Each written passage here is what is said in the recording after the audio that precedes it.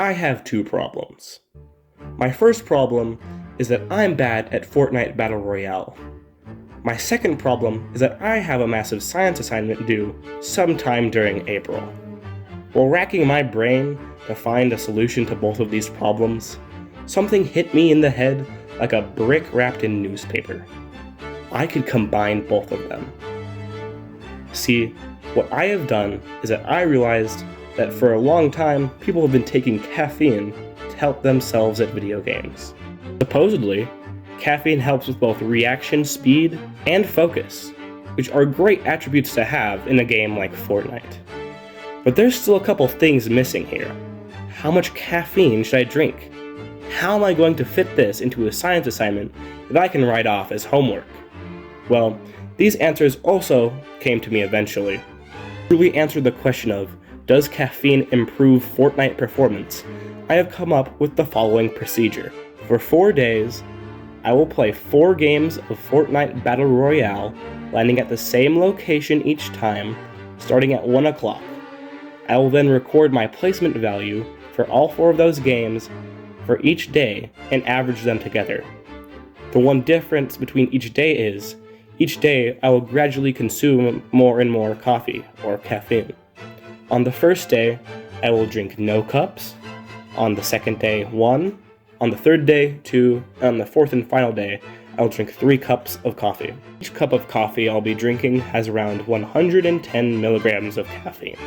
My hypothesis is, the more caffeine I consume, the higher my placement value will be on average. I'll show you an epic montage for each day to show you how my performance increased or decreased over this 4-day period. For the first game of day 1, I landed the location Foxy Floodgate. I'll be landing here for every game to minimize variation in what can happen in my games. As far as first trials go, this went pretty alright. I took care of most of the people at Foxy Floodgate.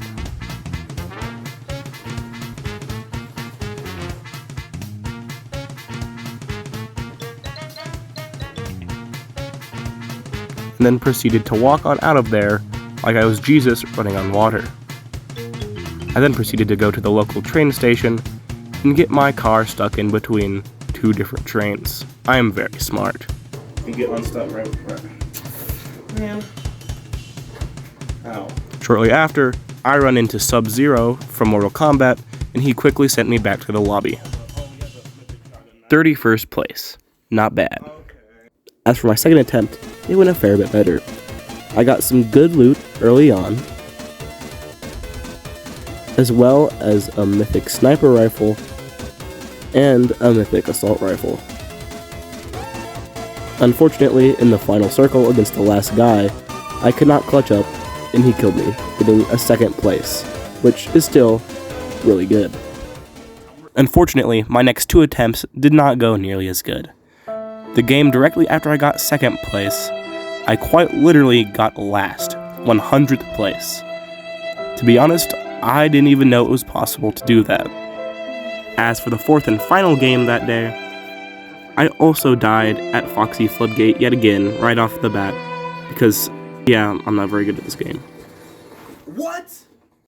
Overall, averaging all of my attempts together, I got 53rd place, smack dab in the middle. This gives me the first part of my graph that I'll be making over the next 3 days. Now that I've gone through the basics, I am going to be going over these next 3 days a little bit faster. After all, I have to make this watchable for the average high school science class. Starting off day 2 with what was basically a practice match, I yet again landed Foxy Floodgate. However, what happened next did not bode well for the rest of day 2.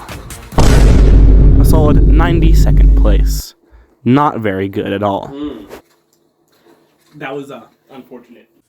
As for my second day, this actually went a lot better.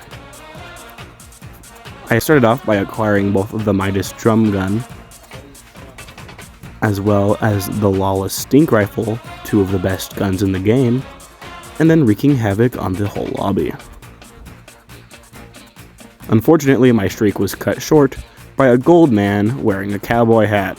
No! No! I can't believe this! For the second game, I quickly looted up Foxy Floodgate, but unfortunately, I was cut short by this guy at a bank. Boldly, I decided to report him for cheating, which can't remember why I did that, but he probably deserved it. Getting back on track for Game 4, I quickly took care of Foxy Floodgate, and then hopped in my super cool car. I also stole this guy's loot who was trying to steal the train. I was then murdered by this random dude who could actually play the game.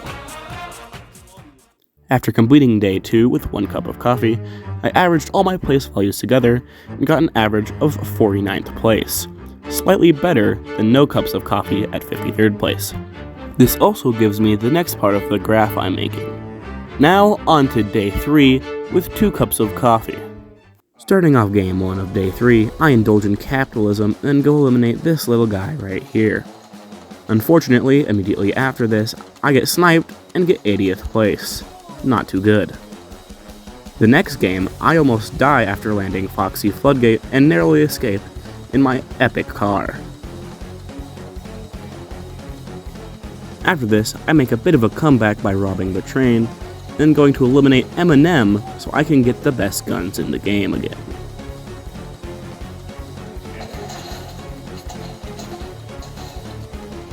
After getting down to 6 people left, I am mortally wounded by this gold man not wearing a cowboy hat. I then die to Storm and get 5th place. For the third game, I yet again indulge in capitalism, slide by this guy and then hit him with a baseball bat, buy the best gun in the game, drill this guy, go fishing, and then I have an epic battle with the last guy in the game, but die and get 2nd place. For the last game, I have a grand old time in Foxy Floodgate, drill this man who is trying to rob a bank, but then I get sneak attacked by some random dude who is in my bank. Averaging all of my placements together, I on average got around 31st place, which is significantly better than both 0 cups and 1 cup of coffee. Adding this data onto my graph, we only have 1 day left to go. 3 cups of coffee, 330 milligrams of caffeine. I'm beginning to think 3 cups of coffee was a bad idea. As always, my first game started off with me having fun at Foxy Floodgate, but they added inflation to Fortnite, so I decided to not buy anything. Shortly after, I decided to rob a bank, however got snuck up on and got 53rd place. The second game, I somehow managed to do worse, dying at Foxy Floodgate and getting 82nd place. For game 3, I actually started to get my act together. I headed to the black market and decided to buy $5,000 worth of illegal weapons. This was my entire life savings. It was not worth it. Sadly, later that match, I was taken out by the guy from Invincible, getting 22nd place. For my 4th and final match, I decided to head to the black market to see if the Midas drum gun was there. Unfortunately, it wasn't, so I left as fast as I came. Later on, I returned to find the Midas drum gun was just sitting on the ground. Someone was actually camping there and eliminated me to get a 41st place. I then decided to report the guy for harassive/abusive gameplay. I am very, very smart. Averaging together all the place values for the final day of this experiment, I got an average of 50th place, quite literally right in the middle. Now, before I continue, I would like to preface this by saying after drinking 3 cups of coffee, I was jittery and uncomfortable for the next 3 hours afterwards, so please don't drink 330 milligrams of caffeine. It's not good for you. With that out of the way, here is the final version of my graph.